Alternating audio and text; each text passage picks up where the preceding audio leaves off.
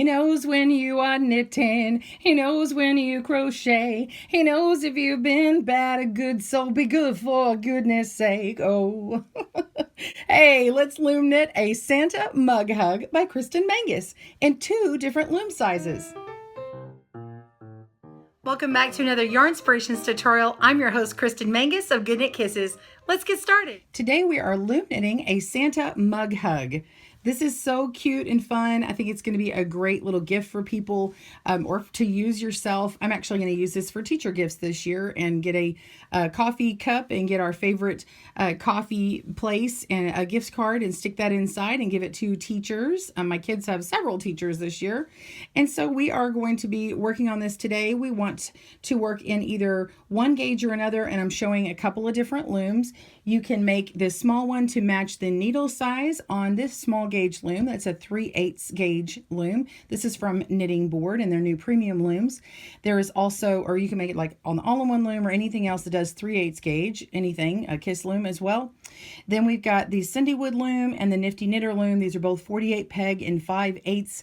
The Nifty Knitter loom, if you get the one that's supposed to, the Cindy Wood loom that's supposed to match the Nifty Knitter, you can get it in any peg color. Some of them sometimes will come with purple, but this one is plain. It's the same thing. So on these two, you can make this one that's larger. To achieve that, you're going to use less stitches to cast on, which I'll tell you, and you need to double your yarn. So it may not look like it, but this yarn is actually doubled here. All right, so this one is holding a single strand. I'm going to go through everything you need, and on the other side of this loom, I'm going to make a very small sample, and I'm going to show you all the increases and how to add in the yarn. And then when we're done, we are going to add in the duplicate stitch to get this little belt buckle here, and then we're going to seam up the sides and then finish all the ends in here. So you'll get everything from start to finish in this video. All right, so grab your supplies. You're going to need all the yarn that's listed. Click in the link in the description below to get the information from the blog on everything that you need. Grab your loom and your loom hook, and let's get started. To download your pattern, click on the link in the description below. For contrast A, you'll need a medium 4-weight cotton yarn. We're using Bernat Handicrafter Holidays in color Red Sparkle. For contrast B, C, and D, you will also need a few yards. You will need a bulky 5-weight yarn. For C, we're using Bernat Pipsqueak color Whitey White. And we are using Bernat Handicrafter Cotton, which is a medium 4-weight yarn for contrast C and D. C is black licorice and D is pale yellow. I want to catch you at the very beginning so that you know that this is going to be very stretched out. You're going to look at this as it's on the loom and it's going to stretch the stitches. Let's flip it over and show you. So these stitches don't look anything like what they're going to look like when they come off of here, because as you know, on a loom, it can stretch things out. So when this particular one comes off the loom, we're going to have to pull it and make some adjustments. So if you're just going to be following along for a couple of things, know that you're going to want to fast forward to the end to really see what this is going to look like. All right, so let's flip this over. And I want to go over this. This is actually the needle one. We will be putting this yellow duplicate stitch on after, so that will be in the video. And then this is one, if you want to make a longer one, I've just basically doubled all my rows. I just added on 2 extra rows of knit on this section and 2 extra rows of knit up here on this section. And I actually doubled up my black rows. But as you can see, the belt buckle had to change a little bit and had all these extra stitches in here. So keep in mind, if you change something about the pattern, you might want to adjust the belt buckle. The same thing goes for the larger gauge version. I have this one here that has the larger stitches, and so these are across 4 stitches, and so you might only want to go 3 across and go around. So that just purely depends on you. All right, so I'm going to come over to this side and we are going to cast on. All right, let's start with contrast B, which is a Bernat Pipsqueak in the super bulky 5-weight yarn. And we're going to make the half hitch cast on. So start with a slip knot, whatever way is easier for you, and place it on your first peg. I'm going to start on my right and work to the left for the cast on. You can work in either direction. I'm going to pull it out with this working strand here and put my fingers in and take them and twist it around to where it makes the working strand or working yarn come out the bottom of that loop, and place it on the peg and just pull it together. So it's like an E wrap, except this tail is coming from the bottom and not the top. So take it, flip it, and twist it, and continue. All right, pause your video after you figure this out here. You can rewind to see that again. But cast on 34 stitches for the small gauge loom and 24 stitches for the large gauge loom. After this, you won't need to change anything about either loom. You just work the stitches that are on there and increase when you need to increase. All right, I'm casting on just 6 for this sample here. Pause your video and I'll meet you back as soon as you've got all your stitches on. All right, row 1, we are going to purl across all the way to the end, all stitches. So in order to purl, we're going to take our loom tool, go down underneath this yarn here, underneath this loop, and pick up the working yarn and making a loop. Okay, so I've got a loop here, and we're going to take that off of the peg, slip the new one on, and then pull that yarn. Okay, let's continue that on. The next one, go down through that loop, pull up, making a new loop, take the old one off, and put the new one on, and continue across. Pause your video as you need, and I'll see you at the end. All right, I am at the end of that row 1, and go ahead and clip that yarn. You don't need that now. You'll use it again later in the very end. So this is the edge of our trimming, and we want to work with contrast A, which is the Handicrafter Holidays red color. So I'm going to pull out my yarn, and I have a little trick for adding the color on here. I don't like to have the knots in here, so what I'm going to do is I'll make a slip knot, and then I'm going to put it on the peg that's next to where I'm working. So if you have an extra peg to work with, which you should because your loom's big enough right now, I want to put that on there. And then our first peg, we will go ahead and U-knit. So we're going to work all the way around that in the shape of a U, all the way around, and then lift up and over. If you are a very tight knitter, you need to be loose on the stitch, as loose as possible. If you have a hard time with it, then you can make the traditional knit stitch, or some people call it the reverse purl.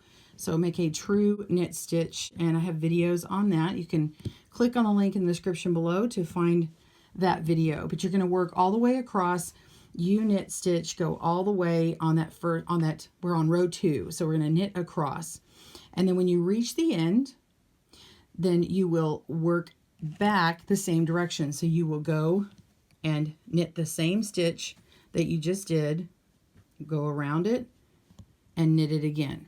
So I know that you haven't got there yet and you need to pause your video, but go ahead and work one row across and then work one row back, and I will meet you on the increase row. See you soon. All right, I've reached the end of my stitches and I have this slip knot here. Now, if you accidentally worked it, it's okay. You can totally undo it. It's easy. We're just going to take it off of that peg now. You can leave it with that little slip knot there, or you can just go ahead and pull that on out. Okay, so now you don't need to worry about, and your stitch shouldn't come loose at any point here. Now we're going to increase. Our increase row is the 4th row, and we want to knit that first stitch up and over, and then pick it up and move it over one peg, so that now you have an empty peg. Okay, now we're going to knit front and back, but we're going to do it a little different. All we're going to do is knit the stitch and don't let it go, and then pull it over to that empty peg and place it. And then we're not going to do anything else except for tighten it. Now, in this case, I want you to tighten it as much as you can, because you can have a little bit of a gap in this type of an increase. Okay, so I'm just going to tug on this yarn, make sure that my stitches are nice and tight, and then I'm going to carry on with the next stitches, and I'm going to make sure that these are loose enough. I don't want these really loose here on the increases because I don't want to have a gap. All right, so let's continue going all the way across, and then you will knit on the return row. So your increase row, then you're going to return back to where you had increased, and we'll do it again. So pause your video and make your return row, and I'll meet you back up for the next increase. Okay, so we have completed all the way rows 1 through 5, and now we want to knit this first stitch again. Our directions are to repeat the last 2 rows, so we'll do the same. We're going to knit that stitch after we've already finished on that stitch, and we're going to pick it up and move it over 1, just as we did on the last increase row, and repeat that again. We're going to knit, we're taking the yarn behind this empty peg, we're going to knit this third peg, and before we drop it, we're going to take that loop that we just knit over and put it on top. Whoops, I dropped it. We're going to place it on that empty peg, and it has kind of a figure 8 sort of look here. And I'm going to tighten up my stitches and make sure that there's no gap, and then continue on knitting my row all the way to the end, and then I'm going to return back, which is that 5th row really. So we're just knitting across and then make that return row. Pause your video and I'll meet you back, and we'll be changing our yarn to black licorice. See you soon. Now you can also knit 2 more rows without increasing, and knit all the way across and back if you want to make your mug hug longer. I'm going to go ahead and add on the contrast C, which is Handicrafter Cotton Black Licorice. And again, I'm going to put it on that extra peg that's to the right of my work, and then add in my color. You could also double up the height of your black belt, but it doesn't look as good. I don't think it looks as good in the when you do the duplicate stitch. It seems like there's just too many stitches for the vertical column. So I wouldn't recommend that. I would recommend making your higher height in the red first. All right, so continue knitting along, and you're not increasing on the belt part. So we're going to knit across and then knit the return, and then we'll be changing our yarn back to the red. Notice that we did not cut this red at all. I'm just leaving it hang. All right, pause your video and I'll meet you back as soon as you knit up those 2 rows. See you soon. All right, so we are on the return row. We completed the return row. I'm going to pull off this slip knot that we had used and just kind of pull that right out. And now we want to pick up the red yarn and start working with that. Now, you don't want to pull too tight because we're carrying the yarn up 2 rows. So go ahead and knit this stitch now, and we're going to work across the row and then make a return row. So we are not increasing. This is going to be identical to that first set of stitches that we did in the red section, where we knit a row and then we have a return row, and then we have an increase and return, and increase and return. It's actually exactly the same.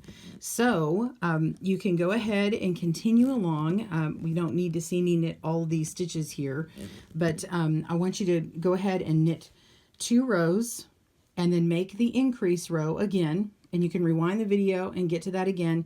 Then make another return row, make another increase row, and then make another return row. And when I meet you back, you will be at the section where we put on more of this fuzzy stuff, the pipsqueak. All right, see you soon. All right, so we are done with the red. Again, you can make it longer by adding 2 more rows of knit, not increasing. I'm going to cut that tail and make sure you leave it about 3 or 4 times the length of your the height of your mug hug. So a nice long tail for sewing.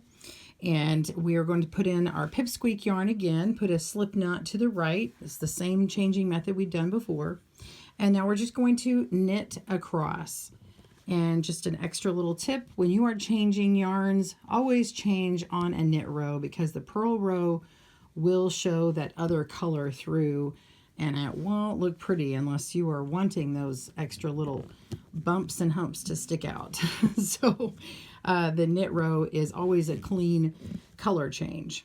All right, so continue knitting along and working those stitches, and on your way back, so you're going to pause your video and knit all the stitches, and your return row in this case is a purl row. So just like the very first row, your return row is purled. All right, so I'm at the end here on mine. Of course, you're gonna continue on with yours and pause the video where you need to. But here is my purl row. I'm gonna start and pause your video, and I will meet you back up. Whoops. I will meet you back up to bind off, and I'm gonna show binding off on my larger one and taking it off of the loom. Okay, so I'm gonna take my video and show you how to bind off on this side here. And that way you can see it, stretch it out and get it to the right place so we can put on everything else that we need to complete it with. All right, pause your video and I will see you soon. Okay, we're nearly done on the loom section. We are going to bind off or cast off all these stitches across. So make sure and take off that extra little slip knot you may have had on the end there. If you accidentally purled it, that's okay. Just pop it off and let it go. And we're going to knit the first 2 stitches.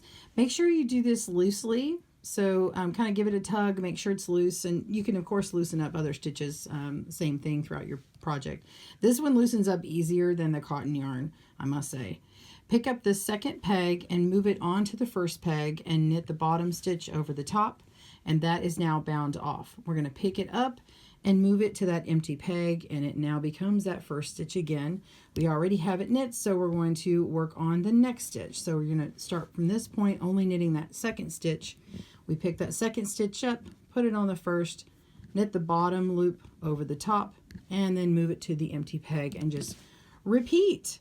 So go across all of these stitches, working loosely, and we'll meet you back on the last couple of stitches, and I'll see you soon. Pause your video.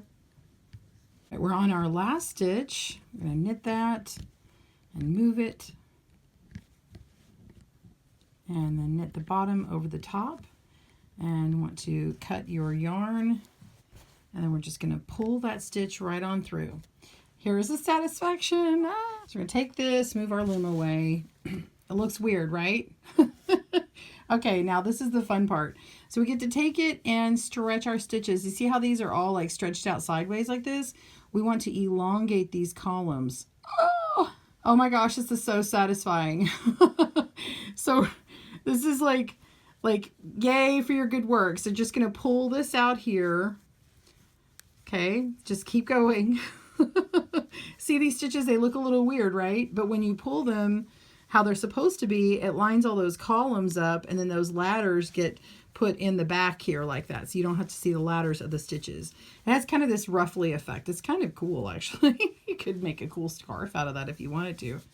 So now we're going to do the duplicate stitch before we weave in any tails or sew up the side. It will actually be sewn up just like this, and it was easier to make the duplicate stitch first before we move on. All right, pause your video and get your supplies. You're going to need your contrast D, which is this yellow color, or you can use a gold or whatever color you want for your belt buckle, and you're going to need your wide-eyed tapestry needle. Pause your video and I'll see you in a moment. All right, so let's make the duplicate stitch, and what this is it's just duplicating the V of a stitch. So let's look over here and see how these columns here all line up. And you can clearly see that there's a V here with this yellow yarn. It's just going right on top of a V over here. So if we look at our diagram, it just looks like squares, right? And so it makes it easy to kind of count over and say, oh, I have to go over 14 squares and then this starts or whatever.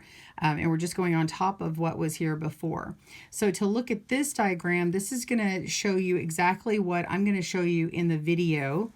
But what it's explaining is the yarn comes from the back side or the wrong side up through the bottom of this V. So this is a V like this, and then this is the tip of that V, and it comes out. So it's not a V upside down like this. It's actually this column here combining these stitches. So it comes up through here, and then you're going to be going up to the V above it and go through both of these bumps, and then what happens when you pull that through, it actually covers up this stitch here. You see on this side how it covers it up, and then when your needle comes out, then you go back down to the stitch that you came up through, and it covers up this stitch.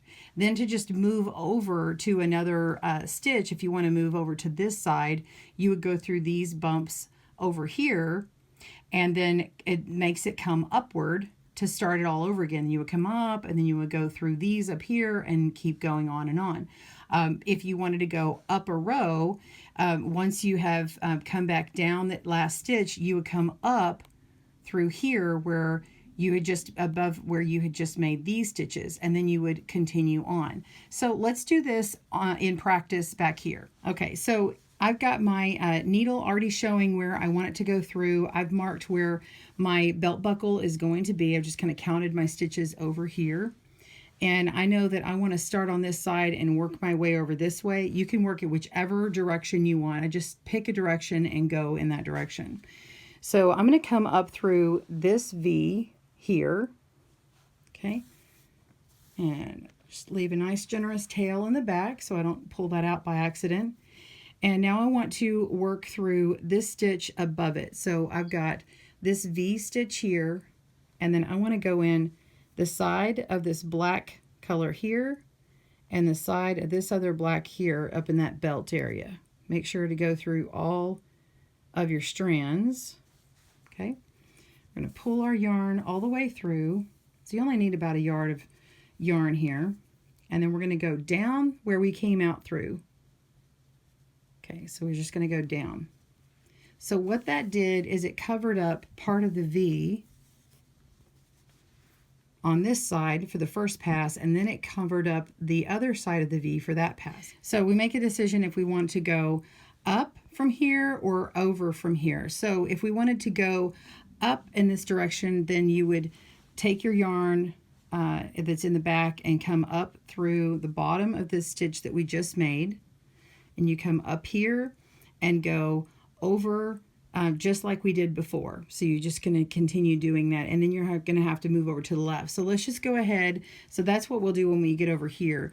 But what we want to do when we moved over here is we're going to go up through the bottom of this next stitch. Okay, pull all your yarn through. Okay, now when you pull it, make sure to not pull your stitch too tight because you don't want this to pucker in. You want to just basically lay right over the stitch. And then we're going to do the same thing that we did again. You can also go directionally through this side of the stitch as well. So I can go through this direction or I can go through the other one. So let's just show you that you can face it a different way. And we're going to go down. So make sure and don't pull those too tight. You just want them to lay over the top of your stitch.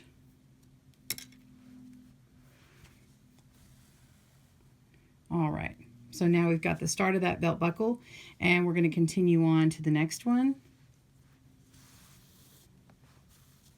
and lay that over the top of that stitch, picking up the stitches in the V above and come down. And I had marked with a stitch marker where this last one was, so now when I do it, I know I don't need to continue on and I can go up from there. Okay.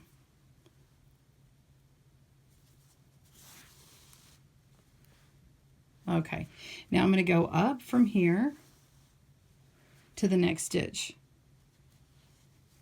And that's all you do. And now you know how to get your duplicate stitches on here. So just jump up to the next line. So I'm on the black above it. And then I go back down through that stitch again. And then you could even move your needle and go up above here and get ready for that next stitch. Okay, I actually pulled through and I went up here, and actually I need to go down a little bit more, so I really wasn't looking at my stitches carefully. So this is actually one stitch above where this stitch is. It may not feel like it, but there's a ladder here. See, if I'm pulling on it, you can feel that there's this ladder yarn back here. So I want to come up here and pull through. Oh, got my tails, I keep going around. Okay, and then now I'm going to go around this red yarn that's up here. And then go down again. And I'm going to need one more stitch up. So I'm just going to go down through this stitch here, and then I'm going to go up underneath one of those ladder yarns and come up here. So that's how I'll solve that. Okay. All right, so now I just need that one last stitch and go up one more row on that red, and then we'll go down. All right, so then you just continue your stitches. If you get one that pulls too much, just come through here and kind of adjust it before you move on. Okay, And, oops, I did it again, see? Make sure it's covering up those stitches, and then move on and go all the way down, and then I'll meet you back up when you finish your last stitch. See you soon. All right, so I'm on the home stretch. I've just got a couple of stitches left to do. So you can go through these duplicate stitches on the front here, or you can go all the way through the back where that red is. Okay, I'm going to go through the back of the red just to show you how that looks. If you go through the yellow, it may pucker too much. So let's pull this on out and get this last stitch in here. I'm going to go through this black yarn.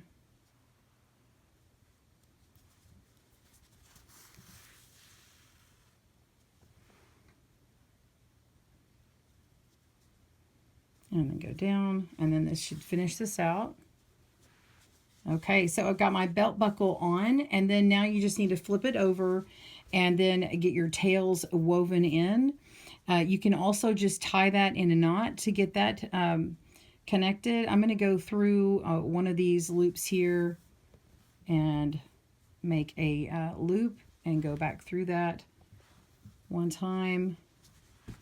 And then I'm just going to tie this together in a knot.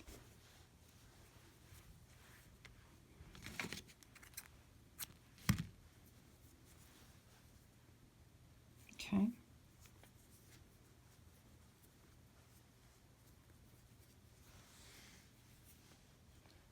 All right, so I've got a nice square knot and clip my yarn.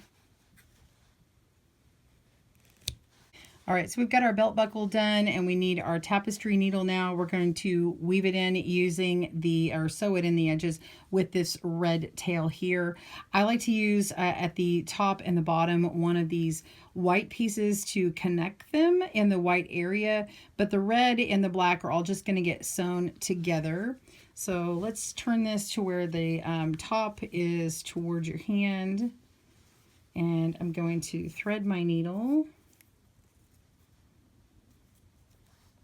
Okay, grab the other side, and we want to go through the red part on the other side, just go up through one of the stitches. And there's a lot of forgiveness in this pattern because this white yarn is so fluffy. You don't have to feel like, oh, I've got to do it in the right exact spot. So just get it about in the right spot. And I'm going to grab this red one more time just to get a nice good connection.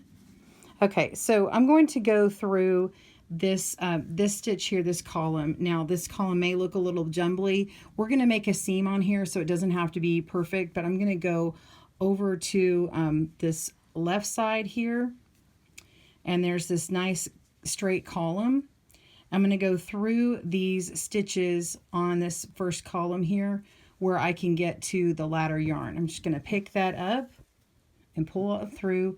I'm going to go over to the right and go through that first column stitches where I can really see it and pick up in between the columns and that ladder yarn there as well. So just pull on through there and then go zigzag over to the other side and do the same. Just go one stitch down from where you were before and pull it on through, and then go over to the other side again and pick up another one of those ladder yarns and pull it on through,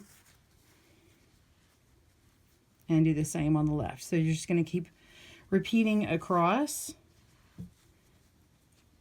And then I'm going to go over to the right, and when we get closer to where the color change happened, you're going to need to make sure that it is lined up right here. I'm going to go over to the left and pick up through the ladder yarn here and go over here. Oops. Pulling through one of my tails. There we go. And go to the right. Make sure those rows are lined up.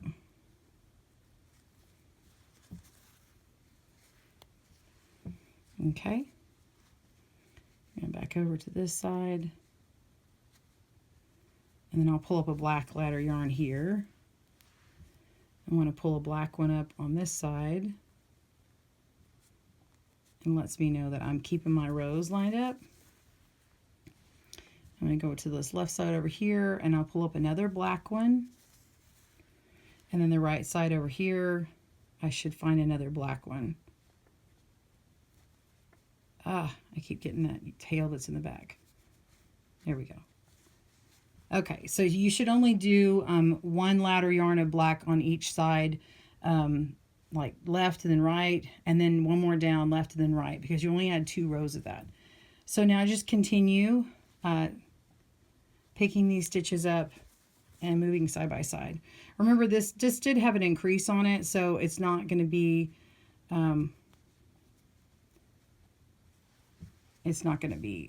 lined up perfectly because we had this angled increase here.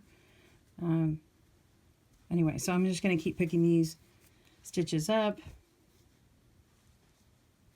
And then when we get to the end, we're going to let it go to the back. And then you just weave in your tails. Almost done.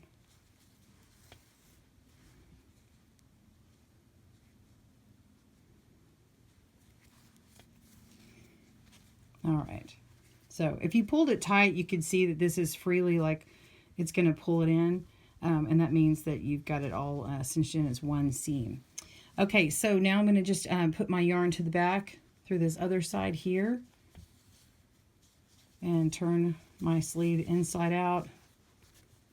And then we've got a little seam here, and I'm just going to go through one of these opposite stitch sides and leave a little loop and pull it on through. And then I'm going to tie together these 2 pieces.